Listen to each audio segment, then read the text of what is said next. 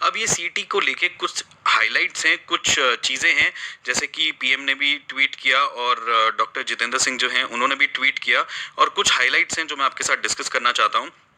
ठीक है, ये आप बिल्कुल ऑफिशियल मानिए, ये इंपॉर्टेंट हाइलाइट्स हैं जो आपको पता होनी चाहिए। बिल्कुल भी टाइम वेस्ट नहीं करेंगे, जल्दी से इस वीडियो को खत्म करेंगे। सारे इंपॉर्टेंट पॉइंट्स आप नोट कर लीजिए।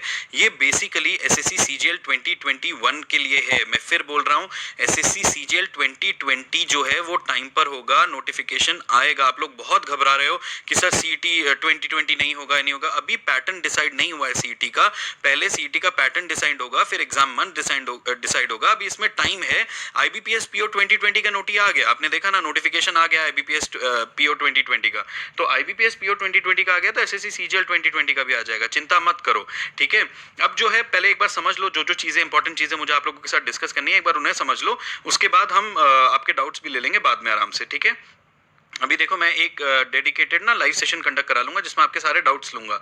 सबसे पहले आप यहाँ देखो, ये 3 लेवल्स पर होगा, ग्रेजुएट लेवल पर, 12th लेवल पर और 10th लेवल पर। ठीक है, for non technical post CET shall replace the tier 1 exam held by SSC, railway और आईबीपीएस। ठीक है, यहां तक आपको समझ में आया। अब मैं आपको जो समझाना चाह रहा हूं, ये समझाना चाह रहा हूं, NRA to conduct CET twice a year. अब यहां पर क्लियरली मेंशन्ड है, bulk of the candidates will be screened out during CET. मतलब आप ये देखो, और मल्टीपल चॉइस क्वेश्चन ही होगा, ऑब्जेक्टिव टाइप क्वेश्चन पेपर होगा। ठीक है ना, medium of writing will be a multiple choice objective type question paper. ठीक है, number of candidates appearing in the specialised exam will get reduced to nearly 5% of the total number of candidates. पहले तो ये सोचो कितना ज्यादा amount में जो है बच्चे अप्लाई करेंगे इसके लिए, और सिर्फ 5% जो है वो रह जाएगा। यहां पर ध्यान दो। ठीक है, candidates can schedule test and choose centre of their choice. एक तो ये सबसे तगड़ी चीज है इसमें। ठीक है, आप अपने घर के पास वाला भी सेंटर कर सकते हो। ठीक है, अपने हिसाब से अपना डेट चुन सकते हो। ठीक है ना, मतलब फिर ऐसा हो जाएगा कि आपको जैसे वो एक विंडो मिल जाएगा कि उस विंडो के अंदर आपको एग्जाम देना ही देना है। ठीक है, to facilitate employment generation, CT scores can be shared with central government, state government, PSUs।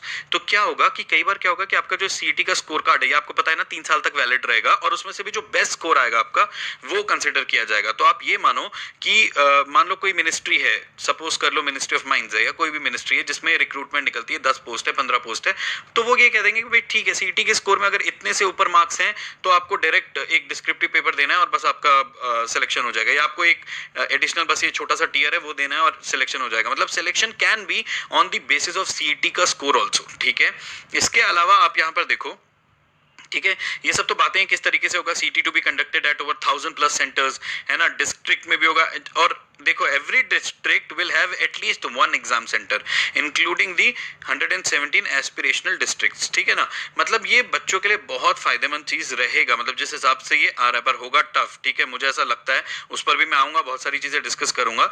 यहाँ पर जो मुझे आप लोगों के साथ पहले कुछ चीजें डिस्कस करनी है, CT score of a candidate will be valid for 3 years, no restriction on number of attempts.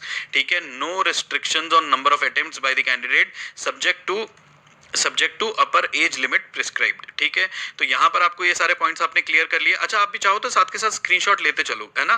ठीक है, मैंने आपको सारे पॉइंट्स क्लियर कर दिए हैं। ये कुछ इंपॉर्टेंट हाइलाइट्स थी यहां पर, जबकि जब एक बार प्रपोजल गया था तब यहां पर लिखा था कि each candidate will have 2 additional chances to improve his score. ठीक है, अब यहां पर देखते हैं कि 2 रहेगा या और ज्यादा रहेगा। ये अटेम्प्ट की बात हो रही है, एडिशनल चांसेस फिर अलग होंगे। अटेम्प्ट्स तो आपके पास नो रिस्ट्रिक्शन है। ठीक है, तो वो भी चीजें क्लियर होंगी। अब अगर मैं बात करूं बेटा एग्जाम पैटर्न क्या होगा या एग्जाम मंथ क्या होगा, उस पर डिसीजन होगा।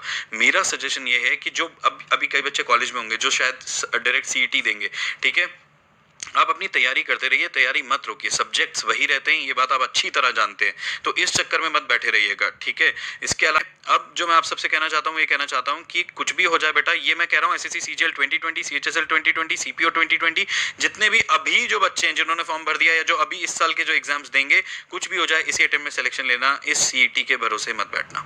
ठीक है, ये मैं आपको एक जेन्युइन सजेशन है, आपको इस सीईटी के भरोसे नहीं बैठना है।